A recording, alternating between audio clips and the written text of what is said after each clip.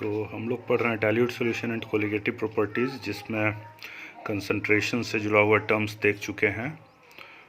ये टर्म पहला type of solution पहला टाइप जिसमें सोल्यूट गैस है, सॉल्वेंट लिक्विड है, हेनरीज लॉ देख चुके हैं। ये बताता है किस बारे में, solubility of a gas in a liquid. फिर हम लोग देख रहे हैं दो लिक्विड के सोल्यूशन को। दो लिक्विड के सोल्यूशन में हम लोग राउल्ट्स लॉ पढ़ चुके हैं, क्या होता है नहीं होता है समझ चुके हैं। उससे पहले हम लोग थोड़ा सा चर्चा किए थे किस बारे में, आइडियल और नॉन आइडियल सोल्यूशन के बारे में, कि आइडियल सोल्यूशन किसको बोलते हैं और नॉन आइडियल सोल्यूशन किसको कहते हैं, इस बारे में चर्चा हो चुका है। राउल्ट्स लॉ पे चर्चा हो चुका है। तो ideal solution non ideal solution के बारे में आपको क्या बताए थे, आपको बताए थे कि किसी सोल्यूशन को आइडियल कब कहते हैं, तो बोले थे कि जब डेल्टा एच जीरो हो, डेल्टा भी जीरो हो तो आइडियल कहेंगे, डेल्टा एच और डेल्टा भी जीरो ना हो तो नॉन आइडियल कहेंगे। ये सब डिटेल आपको समझा चुके हैं। क्यों होता है तो बताए थे, बॉन्ड डिसोसिएशन का चक्कर है, कुछ इंटरमॉलिकुलर बॉन्ड टूटता है, कुछ नया इंटरमॉलिकुलर बॉन्ड बनता है।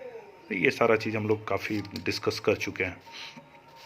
इसके बाद आपको बताए थे वेपर प्रेशर किसको कहते हैं, बॉइलिंग पॉइंट क्या होता है, फ्रीजिंग पॉइंट क्या होता है, सारा चीज़ आपको दिखा चुके हैं। अगर कोई कन्फ्यूजन है तो आप पुराना वीडियो देख सकते हैं।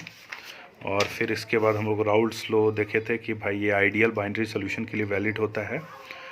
ये किस बारे में है कि मेरे पास दो लिक्विड है, इंडिविजुअल में जब अकेले लिक्विड मिक्स नहीं किया गया है तो जो वेपर प्रेशर ऊपर में क्रिएट होता है इसको प्योर वेपर प्रेशर कहते हैं।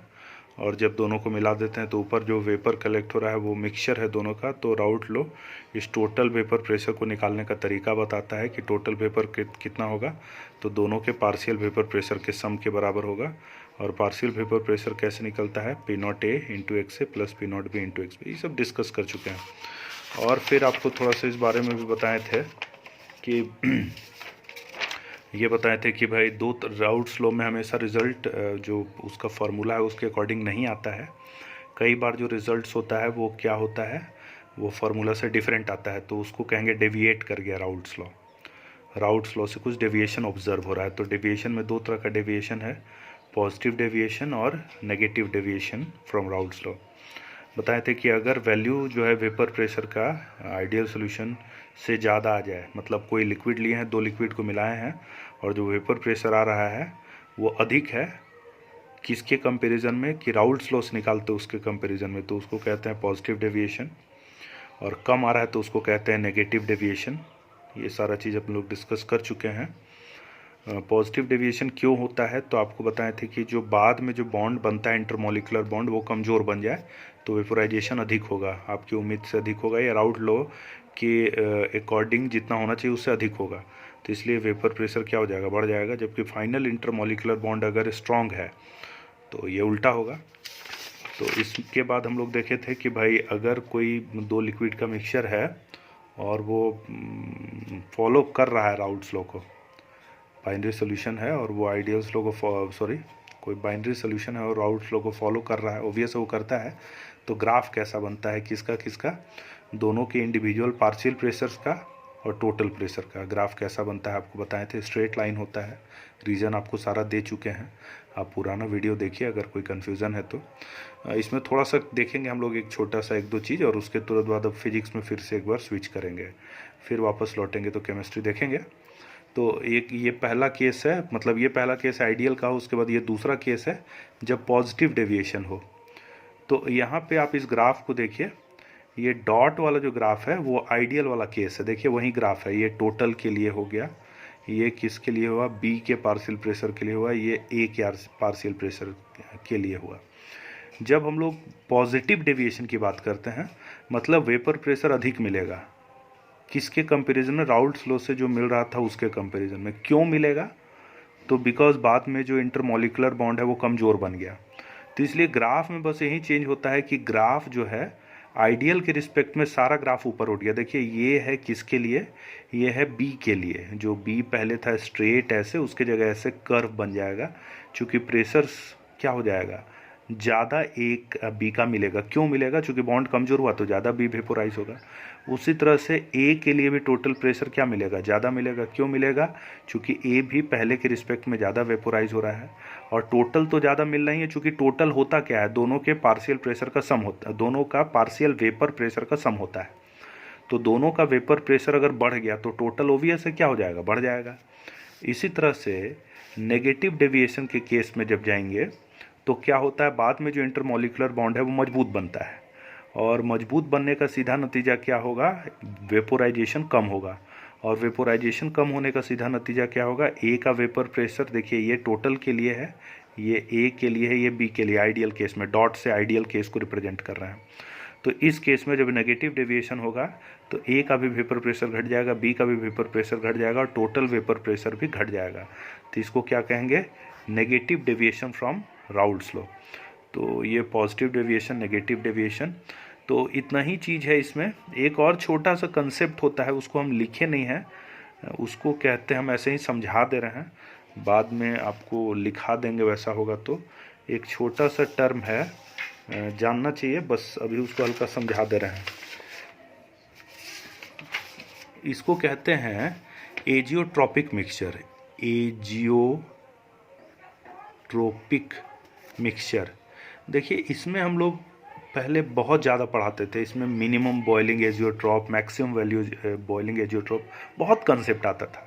बट अब जो हम लोग सिलेबस फॉलो करते हैं उसमें इसका बस डेफिनेशन आपको जानना है, क्योंकि इसमें अगर लंबा जाएंगे ना तो बहुत लंबा हो जाएगा और वो आपके सिलेबस के बाहर हो जाएगा और वो कोई काम का नहीं है, किसी ना कम्पिटिटिव एग्जाम के लिहाज से काम का है और ना स्कूल एग्जामिनेशन, तो आपके का सिर्फ टाइम पास होगा।